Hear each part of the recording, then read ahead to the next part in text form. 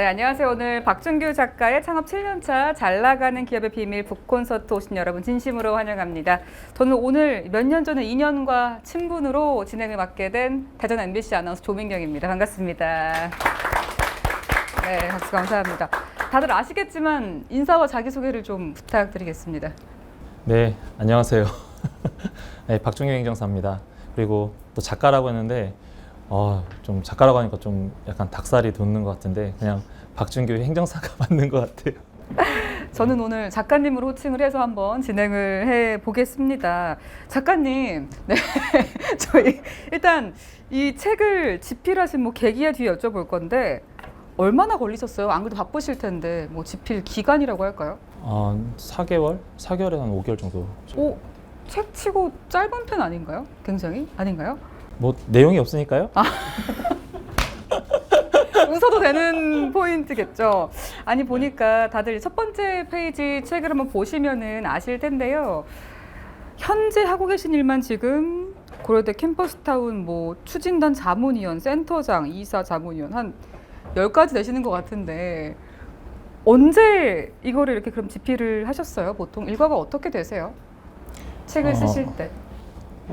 책은 이제 주로 이제 그 저녁 때 네. 많이 했었던 것 같고요. 그러니까 제가 100% 집필한 건 아니에요. 100% 집필한 건 아니고 제가 한 50% 정도는 자료하고 제가 초안을 잡아서 전달하면 이제 출판사에서 이제 작가님들이 제가 주시는 자료 기반을 계속 채워요. 그리고 또 시간이 없다 보니까 네. 제가 뭐 일일이 타이핑을 할 수는 없어서 한 6번 정도 별도 인터뷰를 해서 작가분들하고 인터뷰를 해서 그 작가분들이 궁금했던 내용들을 제 인터뷰로 해가지고 다시 워딩해서 책을 만들게 됐죠. 그래서 100% 혼자 집필한 건 아니고 네. 제가 기본적으로 가이드를 잡아주고 그거에 맞춰서 작가분들이 같이 작성을 그런 해주셨죠. 식으로도 작성이 되는군요. 네네. 오, 흥미롭네요. 네네. 이제 좀 더 얘기를 해보자면은 이 책을 쓰게 된 직접적인 계기 이런 게 있을까요? 책을 써야겠다 생각하신? 사실은 그 정부 지원 사업에 대해서 아마 창업하시는 분들이 관심이 굉장히 많으세요. 실제적으로 네. 뭐 창업하는 분들뿐만 아니라 중소기업을 운영하시는 분들이 굉장히 많으신데, 근데 사실은 그분들이 아마 뭐 창업 관련돼서 뭐 컨설턴트라는 분들이나 컨설팅 회사를 많이 만나보셨을 텐데, 사실 거기에서 얻는 정보들이 좀 정확하지가 않아요.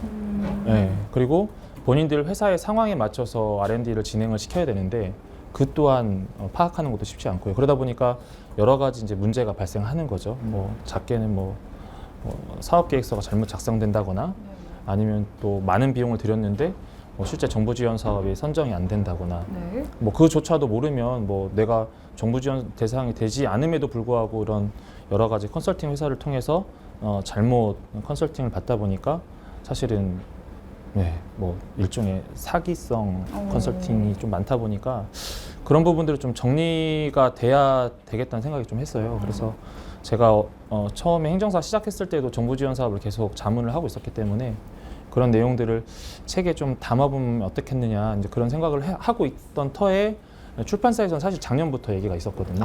연락이 네. 왔었군요. 네, 연락은 왔었어요. 여러 군데 왔었는데 그냥 안 하고 넘어가다가 올해는 좀 써야겠다라고 생각해서 제가 직접 컨택을 했죠. 해야겠다는 생각이 들어가지고. 네. 그렇군요. 아직 읽어보지 않은 분들도 있으실 테니까 네. 책 내용이 어떻게 구성이 되어 있는지 목차를 정하신 이유라든가 이런 것도 좀 궁금하거든요. 우선은 뭐 책을 저희가 지금 나눠드렸을 텐데 그 앞에 비치되어 있는 책 가져가시면 될 것 같고요. 책은 이제 사실은 이 책이 원래 분량은 한 2배 정도 돼요. 네, 2배 정도 되는데 네.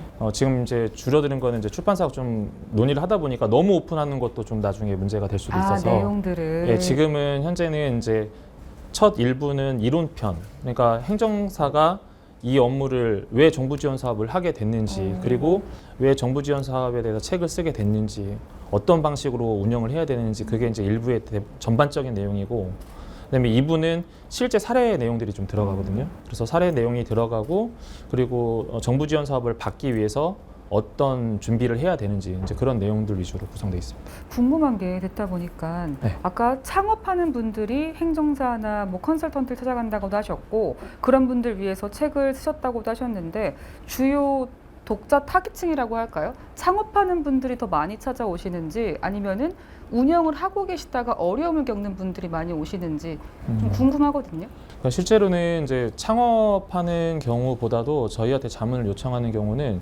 주로 이미 중소기업체를 운영하는 그렇죠. 회사들이에요. 네. 그래서 저희가 책 안에서도 내용이 있었는데 30년 동안 IT 회사를 운영을 했는데 여태까지 매출이 한 5, 60억 정도 되는데도 R&D를 한 번도 안 하는 회사들이 있어요. 그래서 그런 회사들도 있고, 그리고 뭐 창업하는 기업들 같은 경우는 아까 이제 고려대 캠퍼스 추진단 같은 경우는 창업 기업들을 육성을 하거든요. 그런 쪽에서 오는 것도 있고, 근데 주로는 보통 매출 한 100억 언더의 중소기업들이 굉장히 많아요. 아, 그렇군요. 네네. 네, 이제 본격적인 콘서트 시작에 앞서서 오늘 오신 분들 위해 준비하신 게 있다고 좀 설명 좀. 네. 뭐 다른 건 별거 없고요. 저를 보실 수 있는 기회? 네, 농담입니다. 일단 책은 저희가 오늘 나눠드릴 거고요. 그리고 이따가 가실 때 뭐 비싼 머그컵은 아니고 스타벅스 머그컵을 좀 준비를 했어요. 그래서 뭐 집에 가져가지 마시고 사무실에 두시고 꼭 드시길 바랍니다. 예, 집에다 둘 정도의 머그컵의 가격은 아닙니다. 네, 이제 본격적으로 시작을 해보겠습니다. 오늘 총 3부로 구성되어 있고요. 1부에서는 먼저 작가님께서 전반적으로 책에 대해서 브리핑, 요약을 해주실 거예요. 한 20분 정도 소요가 되고요. 5분 정도 잠깐 쉬었다가 이어서는 방금 들은 그 내용에 대해서 북토킹이 좀 진행이 될 예정입니다. 몇 가지 질문을 먼저 하고 자연스럽게 한 30분 정도 작가님이랑 이야기를 나눠보려고 하거든요. 좀 어떤 내용이든 좋으니까요. 앞서 작가님이 좀 요약 브리핑 해주실 때 질문 미리 생각해 두셔도 좋을 것 같고 궁금한 거 체크해 두시면 좋을 것 같습니다. 그리고 마지막에 3부로는 작가님 친필 사인회 진행을 하고요. 직접 책 가져오시면은 사인해 드릴 거고요. 그리고 그때 준비된 머그컵도 받아가시면 되겠습니다.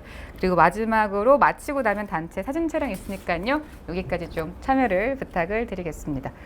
네, 이제 준비되셨죠? 작가님. 네. 이제 브리핑을 한번 좀 저희가 한 20분 정도 네. 책 내용에 대해서 설명을 들어보겠습니다. 네. 박수 부탁드립니다. 네. 창업 7년차 잘 나가는 기업의 비밀로 했고요. 우선은 그 제가 좀 책을 쓰게 된 어떤 계기가 좀 있었어요. 그래서 그 정부 지원 사업의 다양한 그 컨설팅 회사나 컨설턴트 이분들이 소위 말해서 그 중소기업계의 나침반의 역할을 한다라는 기사들이 좀 있었습니다. 근데 그런 분들이 실제 할 수 있느냐에 대한 부분이 실제적으로 저한테는 의문이었고요. 오히려 이런 질문이 어떨까라는 생각을 했습니다. 그래서 확률을 높이는 것이 타당하지 않을까? 선정을 시켜준다는 개념이 아니라 정부 지원 사업을 받기 위해서 가야 될 방향을 그리고 가야 될 선정될 확률을 높여주는 게 타당하다는 생각을 하게 됐고요. 대표적으로 혹시 여기에 축구 좀 좋아하시는 분들 계신가요? 좀 여기에 보시면 그 EPL의 펩 과르디올라 감독하고 그 다음에 위르겐 클롭 감독 그 다음에 카를로 안첼로티 감독 이런 분들이 저는 이제 개인적으로 축구도 좋아하기 때문에 대표적으로 명장이라는 분들입니다. 그러면 이런 분들의 공통점이 뭐냐면 세계적인 프로축구팀의 클럽의 감독이기도 하지만 실질적으로 이분들이 축구선수 출신들이에요. 물론 여기에 굉장히 뭐 펩 과르디올라 감독은 실제로 유명한 사람이지만 나머지 이 두 분은 선수 때는 그렇게 유명한 선수는 아니었어요. 그냥 한 유럽의 클럽에 있는 선수 정도? 하지만 결과론적으로 이분들이 지금의 명장반에 오를 수 있었던 것은 축구 선수 출신이기 때문에 그리고 슈퍼스타가 본인들 옆에 있었기 때문에 그리고 슈퍼스타들이 운영되는 클럽에 대한 내용을 알고 있었기 때문에 지금의 명장이 되는 과정입니다. 그러면 이제 정부 지원 사업 확률을 높이기 위해서는 그러면은 여러분들이 누구를 만나야 되느냐는 고민을 하실 텐데요. 그 내용이 정부 지원 사업을 심사위원을 하면서 실제 정부 지원 사업 저는 이제 R&D라는 표현을 보통 하는데 R&D를 수주한 연구 책임자 또는 PM 또는 프로젝트 매니저가 가장 적합하지 않나라는 생각을 하게 됐습니다. 그래서 이제 저희가 정부 지원 사업에 대해서 이제 많이 이제 들어보셨을 텐데 이 사업에 대해서 알고 계시는 뭐 회사나 컨설턴트들이 업종이 있다라는 생각을 하시는 분들이 좀 계세요. 뭐 어떠한 라이센스가 있다라는 생각을 하시는데 실제 그럴까요? 정부 지원 사업 자문에 대한 업종이나 라이센스는 공식적으로 없습니다. 그런데 우리가 컨설턴트나 컨설팅 회사를 보면 사업자 등록증이 나오니까 여기가 정부 지원 사업 전담 기관이라고 생각을 하시는데 실질적으로는 잘못된 거예요. 그러니까 상법상에 경영 컨설팅 회사라는 업종 업태를 갖고서 여러분들한테 자문을 하고 있었던 거죠. 그럼 그분들은 전문가일까요? 예. 전문가라고 했을 때는 크게 4가지 조건이 있어요. 시험이 있어야 됩니다. 시험이 있어야 돼요. 공식적인 시험이 있어야 되고, 근데 이 시험을 기반으로 해서 뭐가 있어야 됩니까? 이 조직들을 관리할 수 있는 협회가 있어야 됩니다. 그리고 시험이 있고 이 협회가 있기 위해서는 또 뭐가 필요하죠? 법이 있어야 돼요. 네. 요 3가지는 기본이에요. 법을 기반으로 해서 협회가 구성이 되고, 이 법과 협회를 기반으로 해서 시험이 있어야 됩니다. 이 3가지를 갖춰놓고 맨 마지막으로는 4번째는 자기의 전문 분야가 있어야 돼요. 요 조건이 바로 우리가 흔히 말하는 전문직이라는 표현을 하면서, 이 전문직을 다시 표현을 하면 컨설턴트라고 표현을 합니다. 근데 우리는 그냥 자문을 하면 컨설턴트 이렇게 하는 거잖아요. 사실은 정확한 용어는 아니죠. 그래서 제가 자문을 할 때는 변호사도 마찬가지고 세무사들도 마찬가지고 이런 분들은 다 이 4가지 조건을 만족하고 있어요. 그래서 저희는 서비스를 제공하고 있다, 컨설팅을 하고 있다라고 표현을 하게 되는 거죠. 그러면 이제 그 정부 지원 사업에 대해서도 이제 이 정부 지원 사업이 법적인 부분인지 아니면은 행정적인 부분인지 아니면은 융통성이 있냐 없냐 여부를 이제 따져볼 텐데, 정부 지원 사업 같은 경우에는 제가 책에도 내용을 넣어놨지만 분명히 정부 지원 사업을 하기 위해서 예산이 들어가는 사업에 대해서는 이제 법적인 영역이 분명히 있어요. 그런데 정부 지원 사업을 평가하는 영역은 행정의 영역이에요. 그러니까 예를 들어서 법은 누군가는 이기면 누군가는 지는 사람이 있어요. 그렇죠? 네, 협의는 개념이 없다라고 보시면 돼요. 근데 정부 지원 사업 같은 경우에는 똑같은 주제로 똑같은 과제를 제출했는데, 근데 어떨 때는 될 수도 있고 어떨 때는 안 될 수도 있습니다. 이게 정부 지원 사업이에요. 이게 바로 행정의 영역이기 때문에 융통성이 있느냐 없느냐가 재단할 수 있는 그런 잣대라고 보시면 될 것 같습니다. 그리고 그 정부 지원 사업 컨설팅하는 컨설턴트가 모든 분야를 이해하고 있는가, 방향만 보고 하는 건 아닐까라는 생각에 대해서 또 의구심을 좀 품으셔야 되는데, 사실은 조금 여기에 컨설팅 하시는 분들도 오셨을 수도 있고, 아니면 나중에 저희가 지금 영상을 촬영하고 있기 때문에 이 영상이 또 배포가 되면 제 뭐지라고 생각할 수도 있는데, 저는 자부하는 게 사실 방향도 이해도 못하고 하는 경우가 굉장히 많아요. 뭘로 하냐면 기존에 했었던 경험, 노하우는 아니에요. 해봤다. 아니면은 본인이 소속해 있던 집단 안에서 주는 자료를 기반으로 해서 그걸 보고 읽어주거나 아니면 위에서 판단해준 내용으로 해서 설명해주는 경우가 많기 때문에 사실은 제대로 된 자문이 나올 수가 없습니다. 그래서 정부 지원 사업 같은 경우에는 사실 이미 정책적으로 결정된 부분이 있기 때문에 이 정책 기조에 대해서 알아야 상담이 돼요. 그러니까 예를 들어서 올해 같은 경우에 이제 2024년도에 우리가 R&D 예산 20% 삭감되는 거 알고 계시죠? 대단한 문제입니다. 굉장히 국가적인 문제인데, 그 20%가 삭감됐을 때 기존의 예산과 2023년도 예산과 2024년도 예산이 예산 배분이 어떻게 되는지 이해를 하고 있어야 A라는 사업이 있고 B라는 사업이 있고 C라는 사업이 있는데 A에 집중할지 B에 집중할지 C에 집중할지가 결정이 됩니다. 근데 이 상태를 모르는 상태에서는 자문이 자체가 불가해요. 그러다 보니까 이게 아까 말씀드렸던 것처럼 방향도 이해도 하지 못한 상태에서 정부 지원 사업을 자문하다 보니까 사실은 이 회사가 A라는 사업을 해야 되는데 C를 하고 있고요. B를 해야 되는데 A를 하고 있고, 또는 이 회사가 이 정도 규모면 10억 이상 사업을 도전을 해줘야 되는데 창업 성장 날개에 대한 뭐 창진원 과제를 하고 있다거나. 그러니까 일단은 받아주고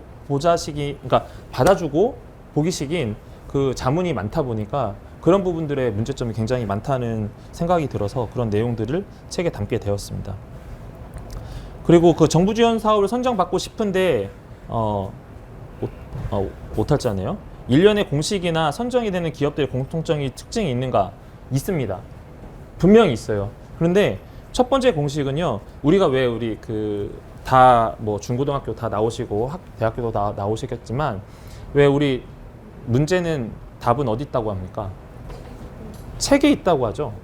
예, 예, 공구문에 공식은 공구문에 이미 나와 있어요. 그런데 참 희한합니다. 공구문에서 A 방식으로 기술하세요. A 내용을 넣어주세요. 목적은 A입니다라고 표현을 함에도 불구하고 사업계획서 내용은 A 내용이 담겨 있지 않아요. 참 희한하죠. 제가 지금 그 창진원부터 그다음에 크게는 뭐 니아 그리고 산기평 쪽까지 과제 평가를 들어갔는데 사업계획서를 보는데도 제가 최근에 너무나 놀랐어요. 컨소 구성이 들어왔어요. 컨소시엄 구성이 들어왔는데 심지어는 전문기관이, 그러니까 책임기관이 정부 출연 연구기관이 들어왔습니다. 그리고 그 밑에 5개, 6개의 학교와 기업들이 들어왔는데 공고문에 명확하게 나와 있어요. 예를 들어서 책에 제가 썼지만 반도체를 우리가 한참 반도체 때문에 문제가 많았었잖아요. 코로나 때.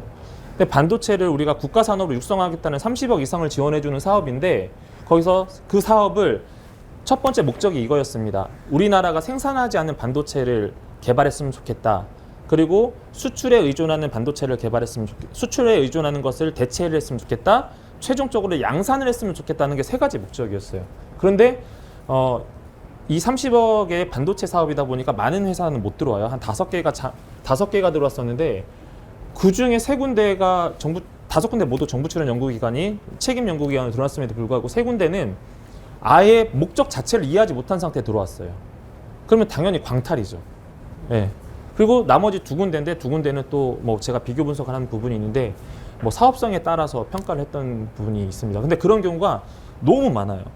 그리고 실질적으로 선정되는 기업들에 보면은 저희가 그 보통 자문을 할 때 저희 부대표가 제일 먼저 하는 게 사전기술 시장 조사를 해버리거든요.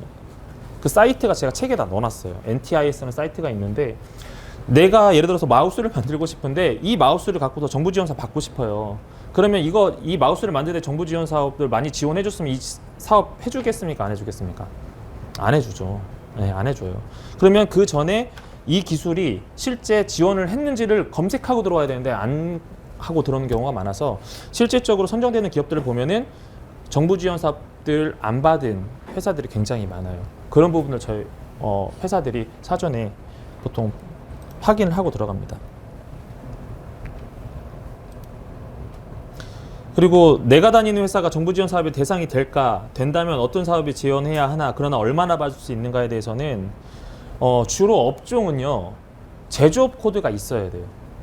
제조업 코드가. 그러니까 제조업이라고 하면은 뭐 어떤 공장, 언뜻 생각날 때는 공장이 있는 그런 제조 코드가 있어야 되는 거고, 또 IT, 흔히 말해서 뭐 어떤 프로그램 만드는 회사들은 소프트웨어 개발 공급업이 있어야 돼요. 그래서 그런 업종 코드가 분명히 있어야 되고요. 그게 제조 코드여야지 유리한다는 말씀을 책에다 담아놨고요. 업종 코드를 지향하는 그 중앙부처 소관의 전문기관들이 컨소시엄을 이제 어떻게 구성해 주느냐. 그러니까 예를 들어서 물론 단독을 할 수 있는 과제들이 많지만 그 기업들 같은 경우에는 또 여기서 뭐 또 추후에 컨설팅을 하게 되면은 컨소시엄 구성을 해주는 게 더 유리해요. 아까 제가 바로 직전에는 컨소시엄 구성했는데 잘못됐다고 했는데 그거는 과제 파악을 못한 거고, 실제로는 정부 지원 사업의 확률을 높이려면 컨소시엄 구성을 해줘야 돼요. 그 컨소시엄 구성을 왜 하냐면 정부 출연 연구기관이나 대학기관들이 들어와야 이 과제를 핸들링할 수 있는 능력이 있기 때문에 이 기업에 대해 돈을 줄 수 있다는 근거가 생기는 거예요. 그래야지, 그렇기 때문에 컨소시엄 구성을 해주는 게 좋다, 그런 내용을 좀 담아놨고요. 거의 다 왔습니다. 그래서 조금은 이외에 이제 뭐 이해되셨던 부분들도 있으시겠지만 책을 물론 읽어야 됩니다. 그런데 정부 지원 사업을 신청했는데도 도대체 평가는 어떻게 준비해야 되나라는 생각을 하실 텐데요. 대부분 정부 지원 사업을 할 때는 절차적인 건 똑같습니다. 최초에는 이제 그 적격성 심사를 해요. 그러니까 이 적격성 심사가 뭐냐면 그 회사의 재무제표나 이런 인증들을 다 봐요. 그래서 정부 지원 사업은 뭐냐면 그 국가에서 보조금성으로 돈을 줘서 연구개발을 할 수 있는 돈인데, 이 돈을 받아서 실제 관리가 가능한 기업인지 평가를 하려면 뭐부터 하냐면 재무제표부터 봅니다. 근데 재무제표상에 보통 내가 예를 들어서 내가 가정을 운영하는데 돈은 100만 원을 벌고 쓰는 건 200만 원이에요. 그러면 마이너스는 100이 되는 거죠. 이게 계속 누적이 됩니다. 그러면 이 가정에 내가 돈을 빌려주고 싶을까요? 안 빌려주고 싶을까요? 똑같은 상황이에요. 그래서 그게 바로 적격성 심사라는 표현을 하고요. 이게 이제 통과가 되면은 서면 평가 들어갑니다. 그래서 사업 계획서만으로 하는데 그 전에 그 적격성 심사 같은 경우에 떨어지면 이 회사는 그냥 지원 안 한 게 나아요. 당분간은.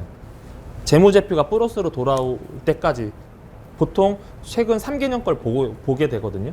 그러니까 적격성 심사에 떨어졌다. 그 회사는 일단은 부실한 기업인 거예요. 그러면은 3년 정도 재무제표를 만들어서 들어와야 되는 거고, 그 다음에 하는 게 이제 서면평가인데, 서면평가는 보통 저희가 자문하는 사업 한글로 만드는 사업계획서입니다. 양식은 제공되지만 양식의 양은 정해져 있지가 않아요. 그 다음에 하는 게 이 서면평가를 기준으로 해서 요약본으로 한 20분 정도 발표평가는 이제 대면평가입니다.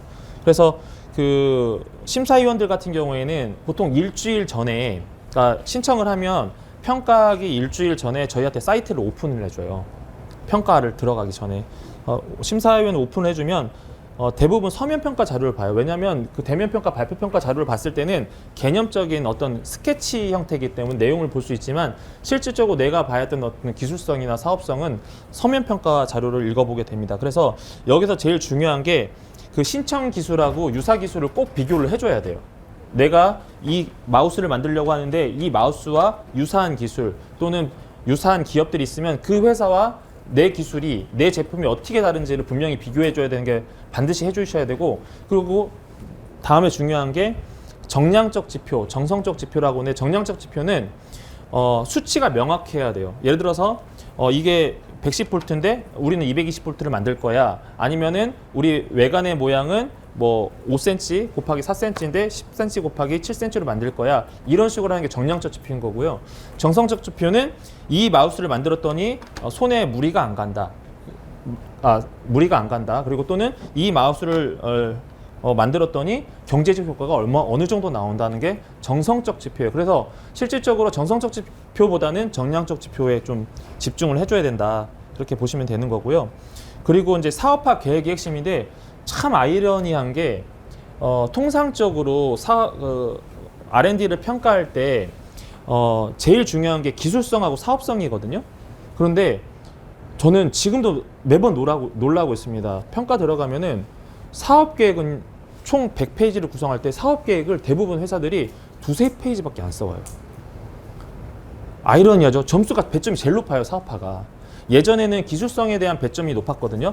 원천 기술 개발 때문에. 근데 지금은 그 기술 단계가 총 8단계가 있는데, 원천 기술 개발보다는 실용화 가능한 R&D를 많이 지원해주고 있어요. 실용화 가능하다는 거는 사업화가 된다는 건데, 이번에도 평가 갔을 때도 사업화에 대한 내용이 100페이지 중에 2~3페이지가 다 이래요.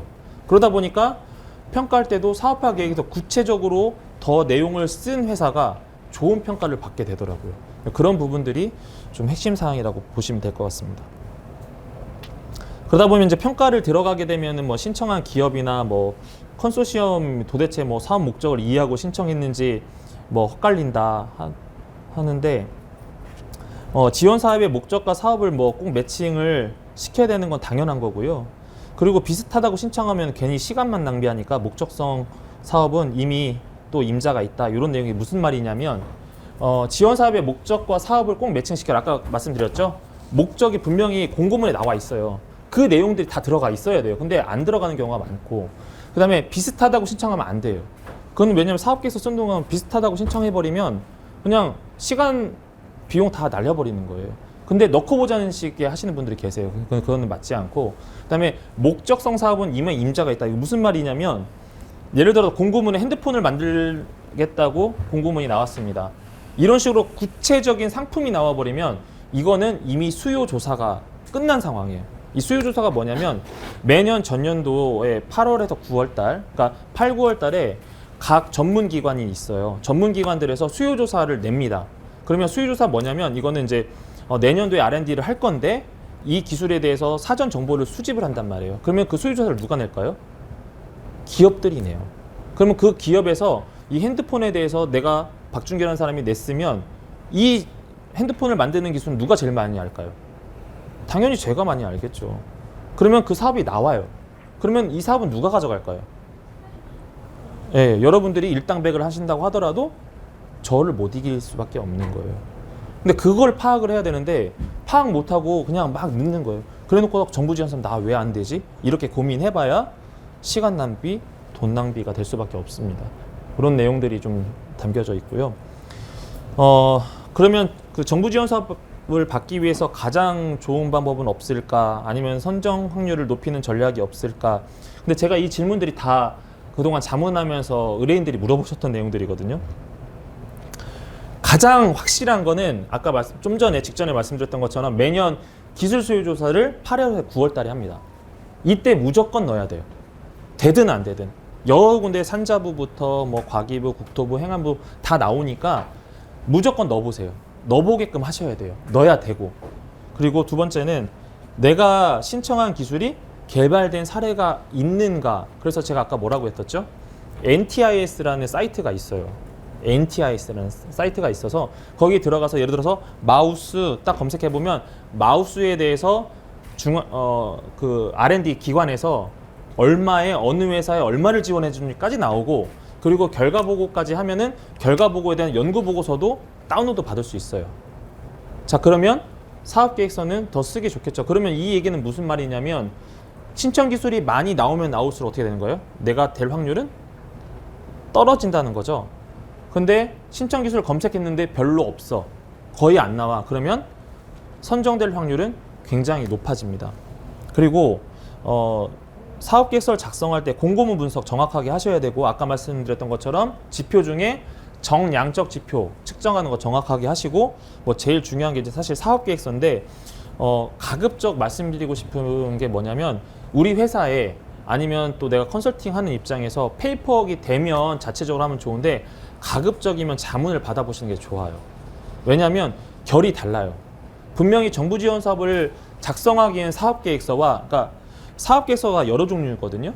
그러니까 제가 오전에 오늘 그 북콘서트를 하기 전에 뭐 복지부 소관에 법정 단체를 갔다 왔는데 인원을 획득하기 위한 내 인력 충원을 하기 위한 사업계획서와 예산을 받기 위한 사업계획서와 이런 정부 지원 사업을 받는 사업계획서는 엄연히 결이 달라요.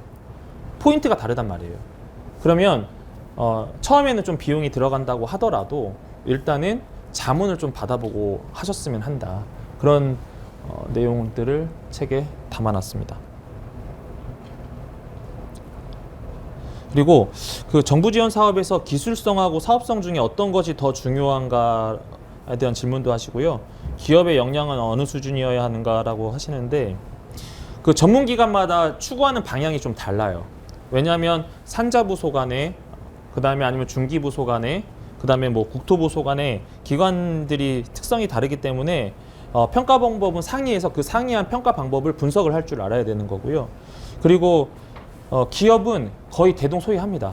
그러니까 지원할 때 큰 차이 없어요. 그런데 기업 인증이라든가 기술 인증이라든가 이건 기본 옵션이에요. 네.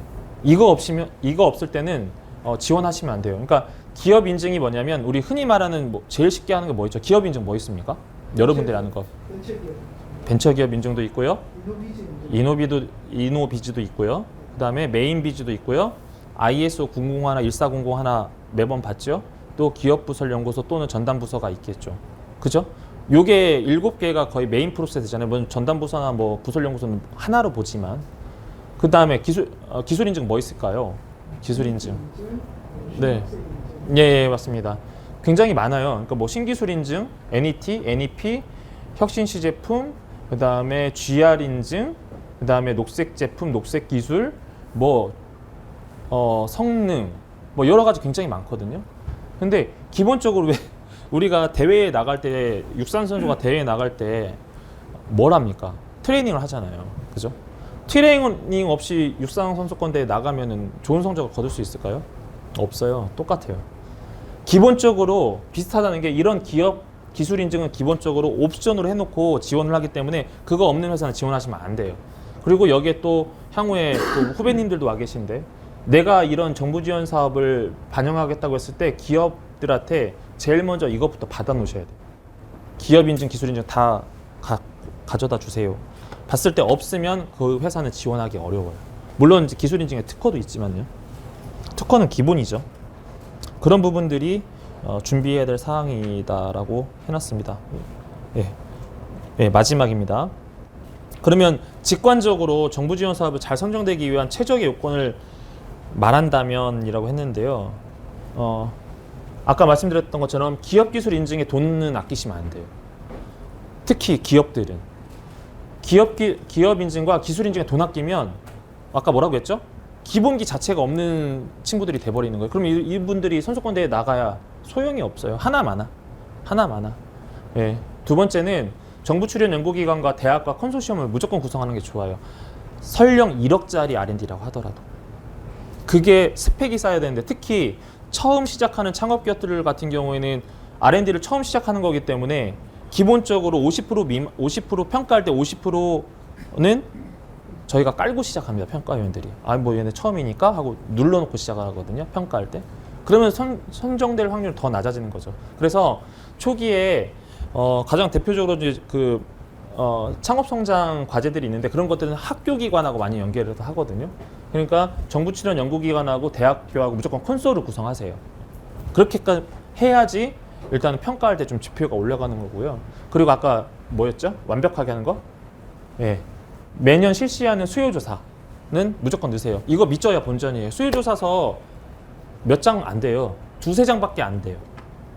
두세 장짜리 쓰는 거예요. 두세 장짜리가 결정이 되면은 뭐 적게는 5억에서 많게는 수십억이 결정이 되거든요. 저희가 지금 산자부 소관의 모 연구기관하고 저희가 발굴한 기업들 매칭해서 이번에 수요조사 넣었거든요.